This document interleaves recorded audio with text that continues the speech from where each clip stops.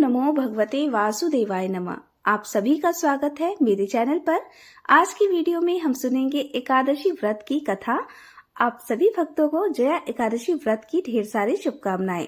आप सभी के जीवन में लक्ष्मी नारायण की कृपा से आप सभी को सभी प्रकार के सुख तथा समृद्धि की प्राप्ति हो।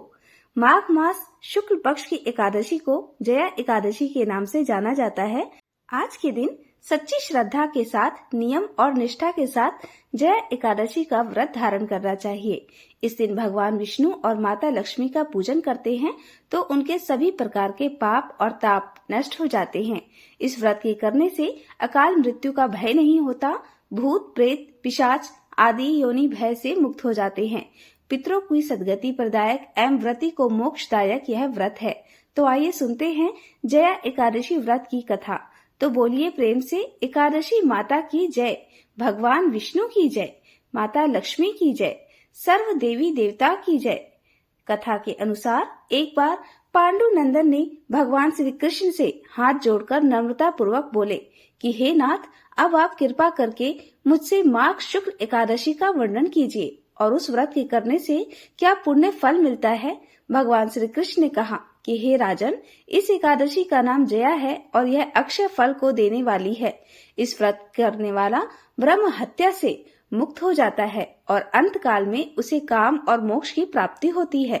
इस व्रत द्वारा मनुष्य के कुयोनि से छूट जाते हैं। अब हम तुम्हें इसकी एक पौराणिक कथा जो पद्म पुराण में लिखी है वह कहते हैं। इसे ध्यान पूर्वक सुनो।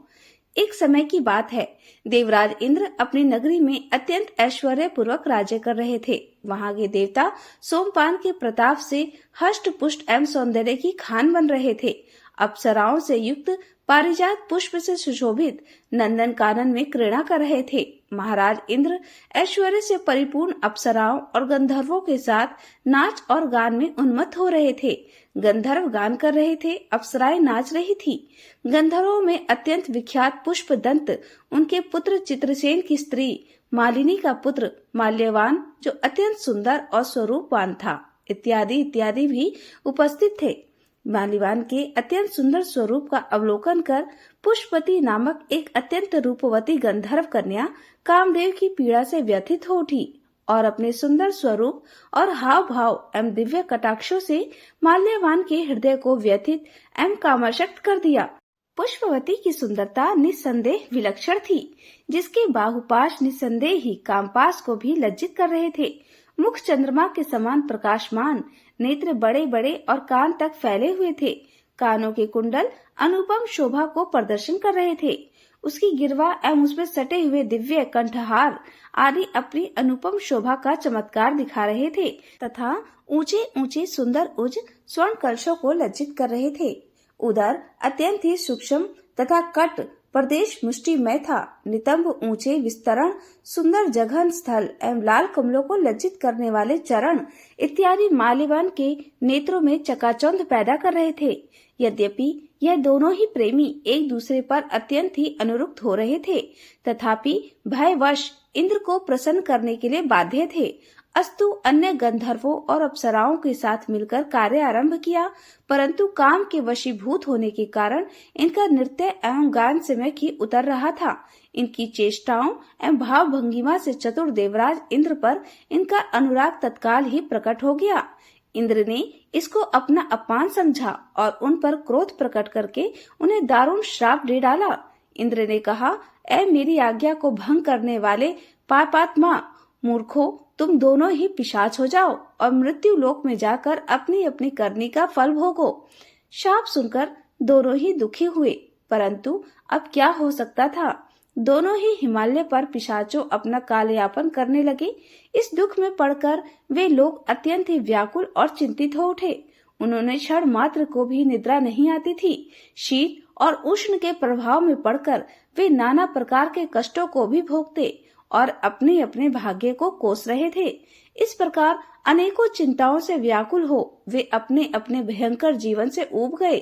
एक दिन उन लोगों को खाने के लिए कुछ भी नहीं मिला और वे दोनों दिन भर भूखे ही रह गए। रात को चिंता एवं शीत के कारण नींद भी नहीं आई।